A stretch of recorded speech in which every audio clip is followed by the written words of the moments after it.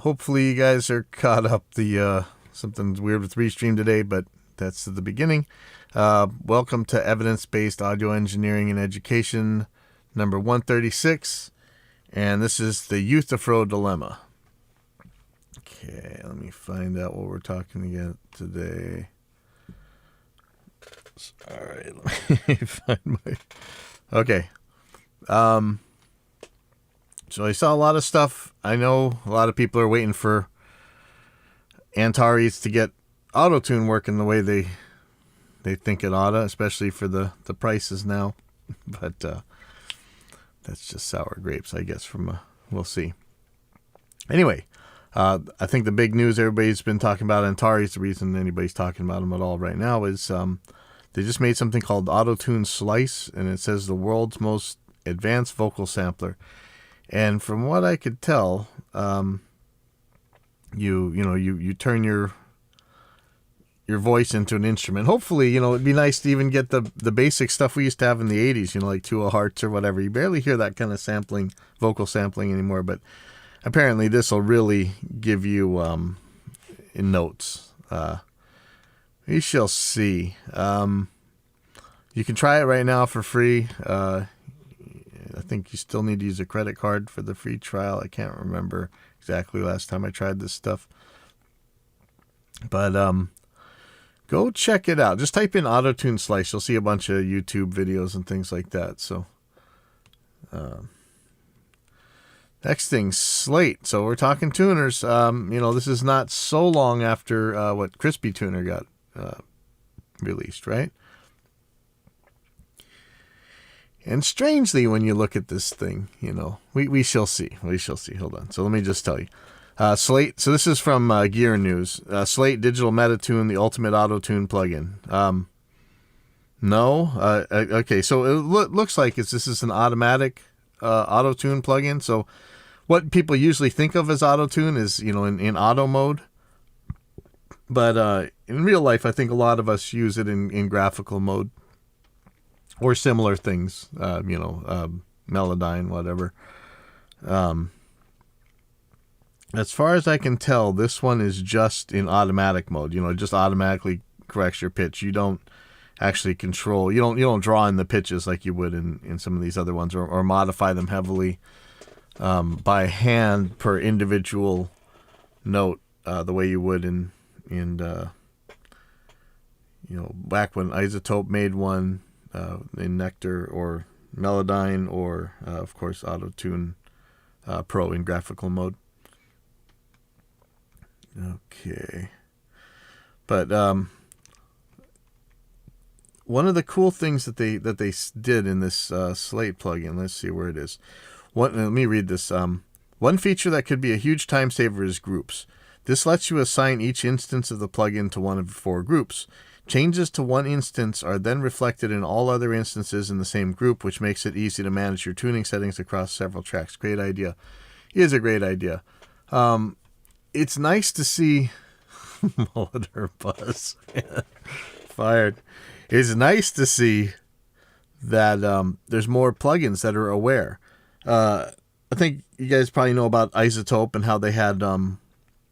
they have plugins that can see each other and tell each other what their spectral content is, for keeping clashing frequencies away from each other, which is a good idea.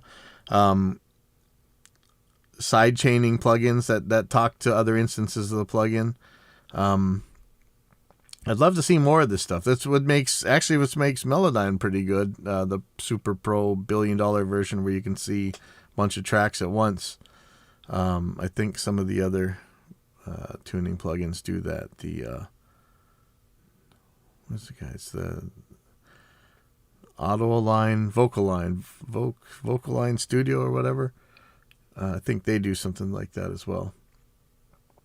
Okay. Anyway, you can get the Slate one on their subscription thing or buy it outright. But so it's neat starting to see a lot of these automatic mode ones. But I think Crispy Tune actually had a graphical mode as well. Room EQ Wizard, there's an update too. Sidechain is important, but Java is cool for plugin development. You want to build us some plugins in Java? So Room EQ Wizard just got an update, and I think the one you guys are going to be super interested in here is, where did it go? Right here. Added a resistance trace to the impedance and phase graph to show the real part of the impedance. Now, that's going to be interesting if this works. If you guys are really good at being able to test that for accuracy, I would love to hear about it. So if you guys who use Room EQ Wizard, please go check out the new resistance trace and let me know how that works. That sounds pretty cool. Okay. Here was a kind of crazy one. I saw it's a couple places in the news. Sweetwater was sold, and I found this June 29th, 2021. So I'm a little behind, I guess, right? It says, Sweetwater, a leading e-commerce provider of musical instruments and audio equipment today, announced a strategic investment from funds advised by Providence Equity Partners, a premier private equity firm. Financial terms of the transaction were not disclosed.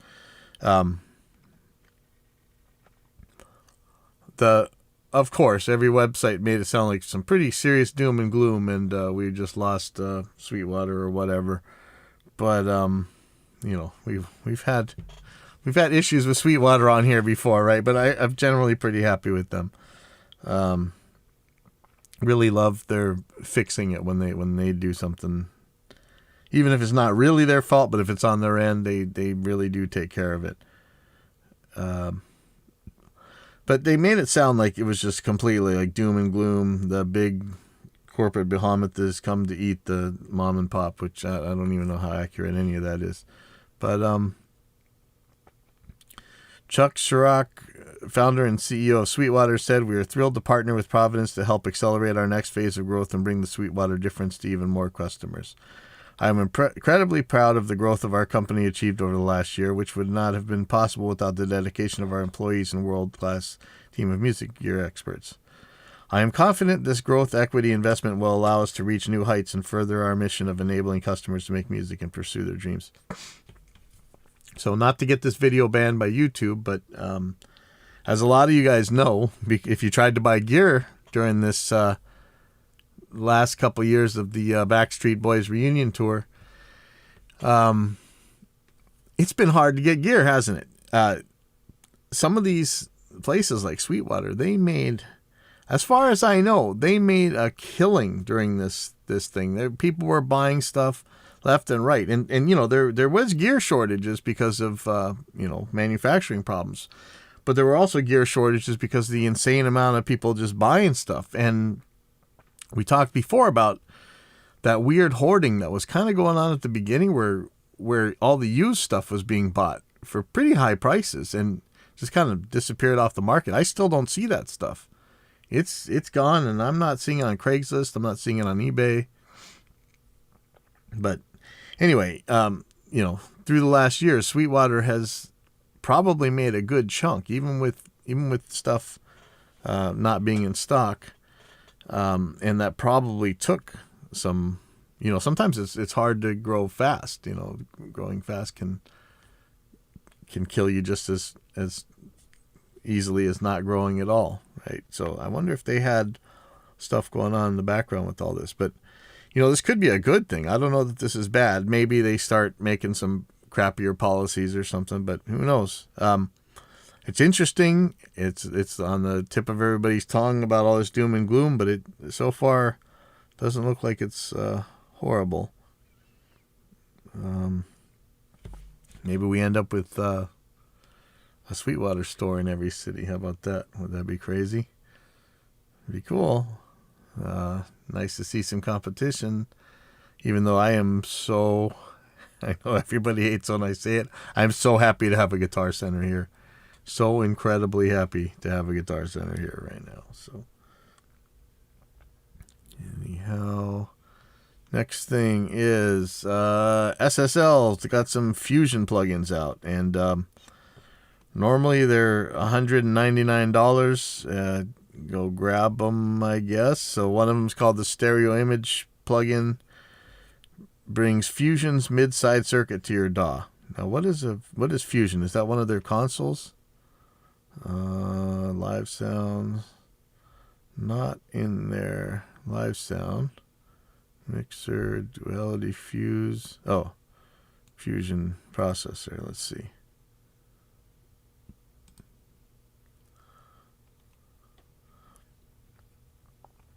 Their Fusion things is some rack mount gear.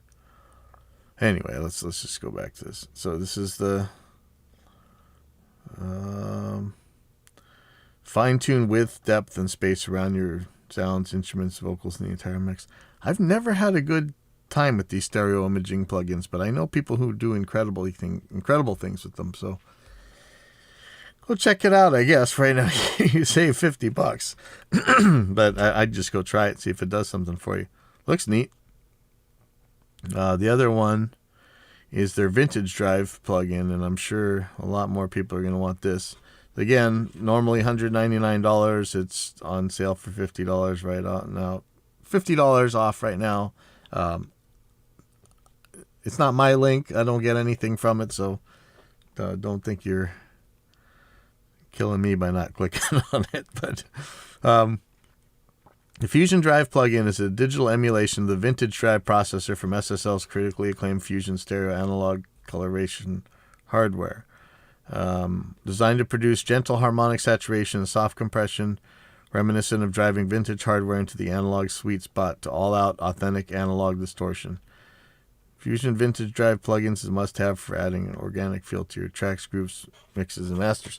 You know what's funny is that, in these consoles, these are transistor consoles or chip consoles. This is transistor distortion.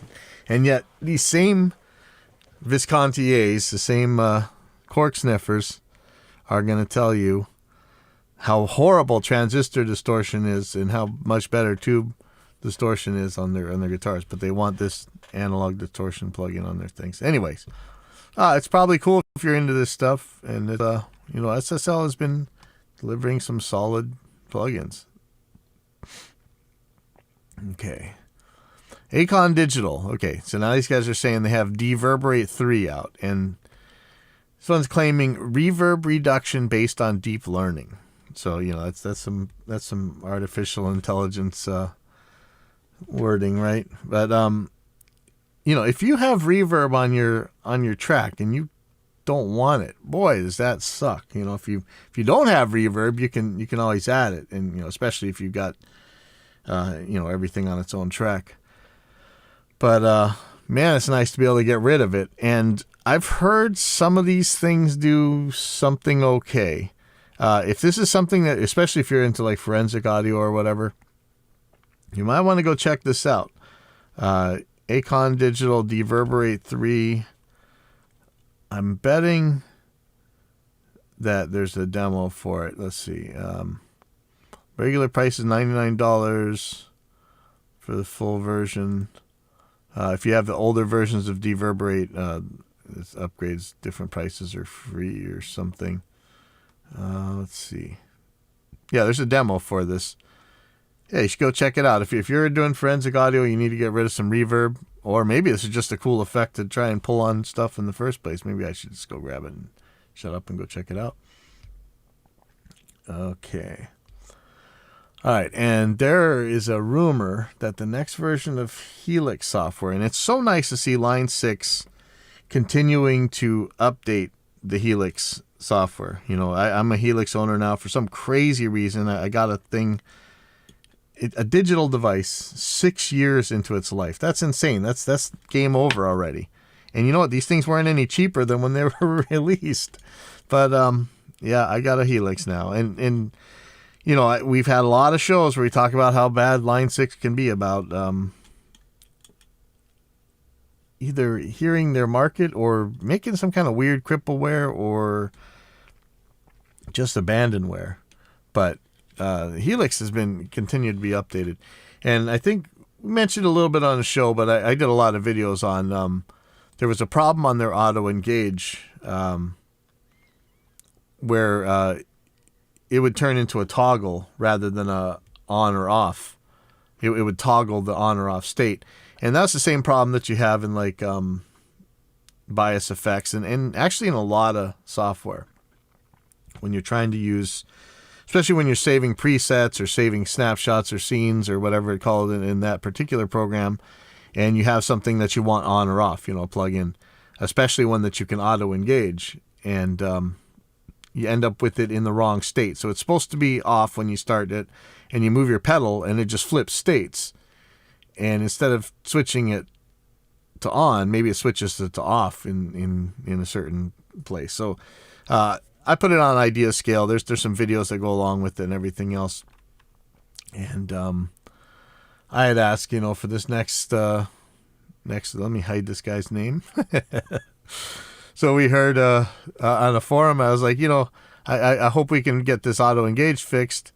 And somebody says, if I recall correctly, Igor and I have spoken about this, and I believe, don't quote me, this is coming.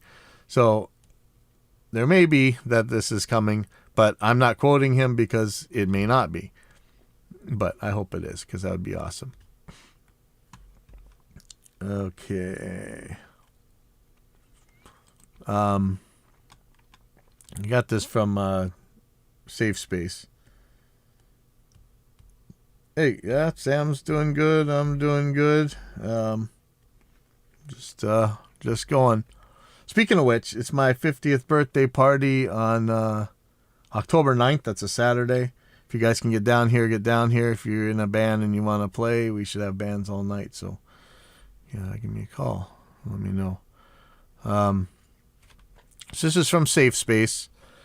And the title is industry standard marketing hype or a moving target? I guess it could be both. He says, I'm someone who finds marketing to be psychologically driven, hence why focus groups are a thing to see if segments of the public like or dislike whatever is being marketed to them. With that being said, is the term industry standard more so marketing hype or a moving target as sounds, gear, etc. change in every era?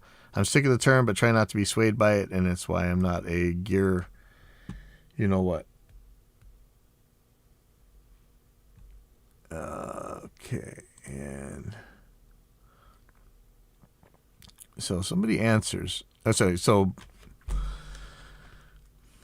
how many forums have I been kicked off of or discussions have been kicked out of because I absolutely object to this term industry standard, because the way it was being used back then meant Pro Tools. And so I always asked, okay, we're, depending on which industry we're in, the Audio Engineering Society, I mean, we have standards orgs. We have ASCII, we have ANSI, we have standards orgs. And yet none of them mentioned a DAW as the standard. So when you say industry standard DAW, maybe that's de facto, but there is no actual standarding organization that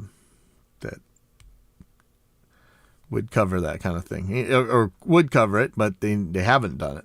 So I don't know. It's not industry standard in it. But I like the way the Noodle answered here.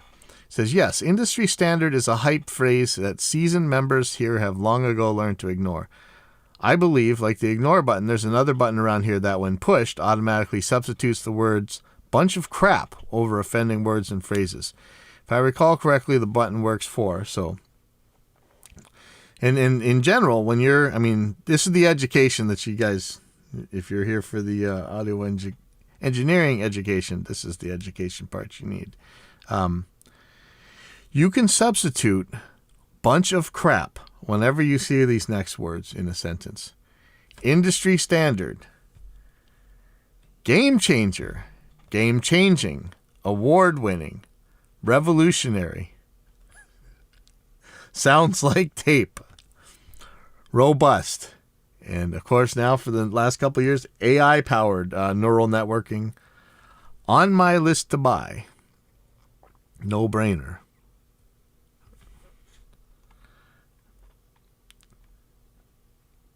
And somebody else answered, there used to be a lot less gear and there used to be industry standards. And then there are industry fads. Oh, see, somebody else had it. Yeah, that is a lot of buzzwords. They used to say de facto standard, meaning whatever the thing is they're talking about is the most popular, but not standardized in any way.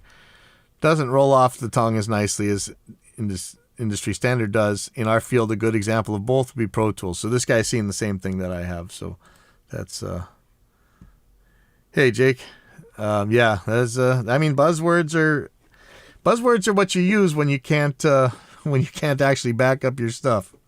The other one, what is it? Wellness. Like if you have real medicine, you can sell it as medicine. If you have a real treatment, you can sell it as a treatment.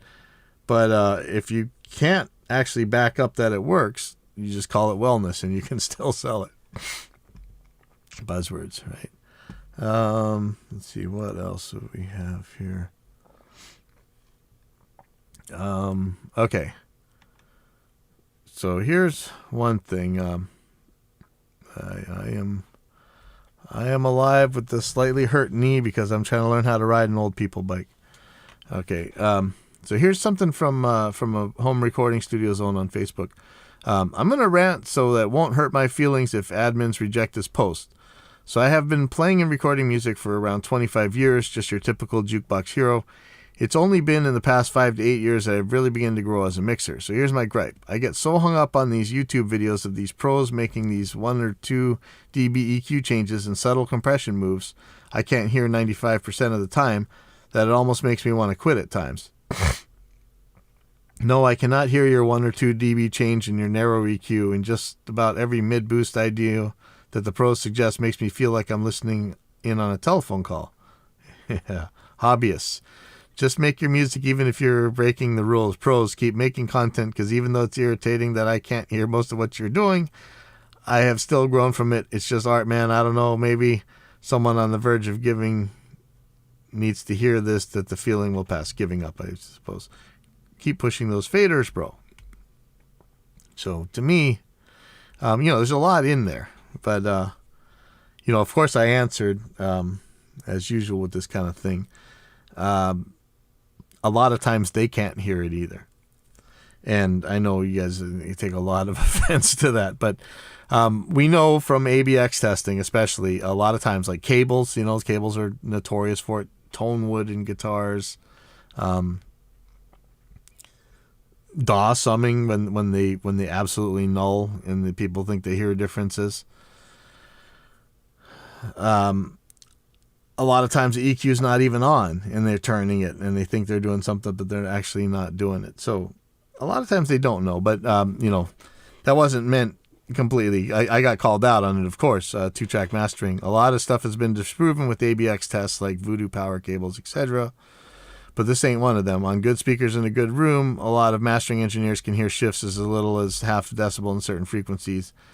1 to 1.5 dB more in a typical room. 3 dB change is pretty huge. In all my mastering work, I've rarely made boost cuts bigger than 3 or 4 dB.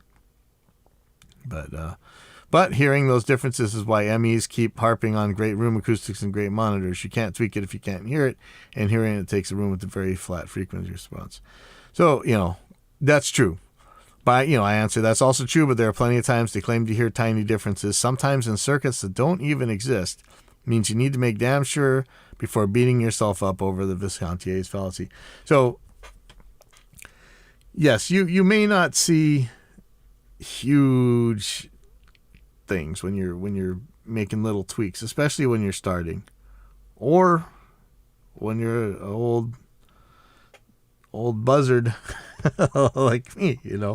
A lot of times I can hear the most subtle things in the world, and a lot of times I couldn't hear sledgehammer against a brick wall. It's a weird thing.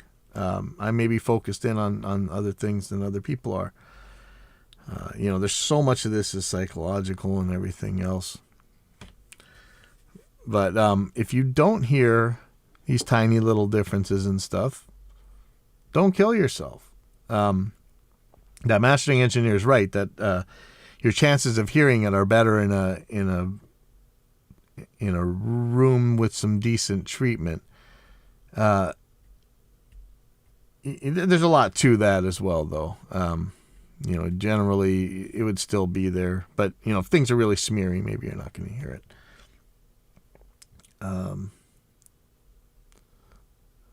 But just because you don't hear that stuff, don't kill yourself over it. Just keep on working at it, like the rest of that, what the guy had to say. Keep on working at it, and maybe you'll hear it when it matters, or maybe it doesn't matter. I mean, if it doesn't matter, like if you don't hear it and you still like your stuff, yeah, it probably could have sounded better. Maybe it wouldn't matter at all. I mean, how many songs are just awful? And they still do well. So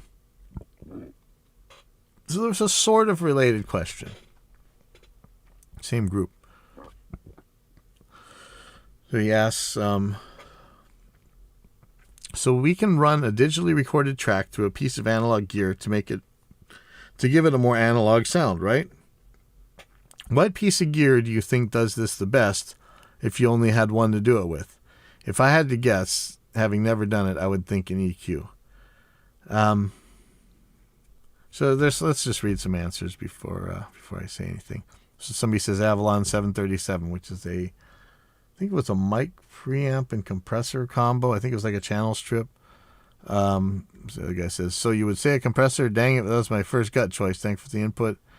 And it's just one channel for stereo. You would need two. Well, let's see. I've clicked the wrong thing. Good EQs and compressors are the most obvious candidates, especially older units with good transformers or tubes. And of course, there's always tape saturation. Get in touch if you want analog mastering or want stems bounced to analog tape. Anyway, okay. Personally, if I wanted analog sound, I'd use analog gear to record rather than attempt to simulate it. It's not going to really sound like tape. Will always the specific attributes of digital recording. Tape nerds will know. Maybe. But I guess this gets, this is kind of like the Euthyphro dilemma, right? Is a rule good because someone says it is, or does someone say it is because the rule's good? When you're saying like it sounds good or whatever, what does that mean? Is it good because the market buys it? Or does the market buy it because it's good? Or does the market buy it because somebody spent a whole ton of marketing on it and a bunch of conformists jump in there with whatever? So, what does good really mean? I mean, this is such a subjective thing. So many times I've heard something. I mean, it's famous. This is my gang of friends and stuff. When Linkin Park came out, I'm like, nobody's going to buy this. What? I don't get it. Well, I kind of was wrong, huh? So, it's hard to know what's good. But it's weird. Like, why do we assume analog is good? And why do we assume digital is bad? What is good about analog, okay? I can tell you what's bad. I think we can all tell you what's bad. Generation loss, storage, getting back out exactly what you put in, being able to predict pretty much everything. What might be good on analog is that it, in some cases, distorts a certain way. Well, we can model that distortion. Maybe we haven't yet, but there's no reason we can't. Is it a EQ bump? We can certainly do that with an EQ. Is it, somebody said like transformer and stuff like that. How many times have we done ABX tests with transformers in and out and nobody can tell which one's which? But any of these things that are analog, it seems like it. Hey, Simon, it seems like we should be able to model them. There's no, I hope you agree. There's no theory. Well, actually, I know there are people that don't agree. But to me, there's no reason in theory that we can't model every single thing that happens in the real world. If we can measure it, we can model it. Why assume digital is bad? What does digital even mean to you? And what does digital sound like to you? It shouldn't sound like anything. It should sound like whatever you put in. And if you're talking about digital signal processing, it should sound like what you want it to sound like coming out, I guess. It should sound like whatever you did to it added to whatever it was in the first place. And, this is one of those things, like, when Britney Spears or whoever is around, whatever the big one is at the time, digital or analog, nobody cares. They're not going to buy it or not buy it because of that. If you're going for people who, like back in the day, remember we had the 2-inch 8-track head stack for the crazy jazzers, super low noise, whatever. There's people who want stuff like that. And I'm not 1,000,000% convinced that they hear that much of a difference anyway, but it's tradition, whatever. And so we do it that way. Yeah, see what Simon Larkin says. Digital is good. You just got to know what you're doing. Yeah. And digital can be bad because if analog will do the same thing, man. If you had the bozos that would align a tape recorder a certain way, not mark it, not even leave you tones, and then they send the tape to you to be mixed, and they tell you, it's just based on whatever the current MRL is, and analog can be bad even at the highest levels. Crazy things happen. Yeah, what's Alanis Morissette was late 90s on ADAT, right? I mean, that was one of the first ADAT hits, I think. A Jagged Little Pill, maybe. But anyway, make sure that you have a good idea of what's good before you think you need to go sending your junk off to analog in order to mix, or some just putting something, the A word in front of something, the analog word, it's going to make it better. I don't think, like we always say, it's like, if you had this hit song and somebody says, oh, you know what, if you would have used a Focusrite mic preamp on there instead of a PreSonus mic preamp on there, it would have been more of a hit. Like, nah, I don't think so. Anyways, it's about all I really got for you today. So just think about that. What is good before you go and spending your money on stuff that probably isn't going to make any difference. And I'll see you guys later. And I'm going to Waimanalo and hopefully go snorkeling a little bit.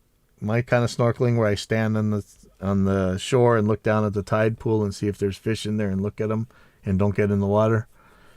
And then hopefully if you guys can tell me where there's some dirt jumps, I can go ride later on. So I'll see you guys later. Oops. So that's TikTok. Goodbye, TikTok. And goodbye, Instagram.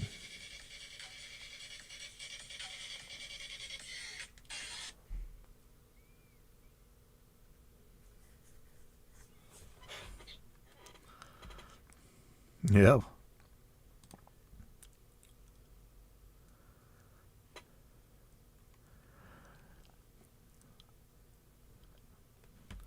All right, yeah, I'm gonna go ride my bike. I'll see you guys later. Yeah, Simon, that's right. The ADAT, when that doing that thing with the ADAT just made everybody so mad.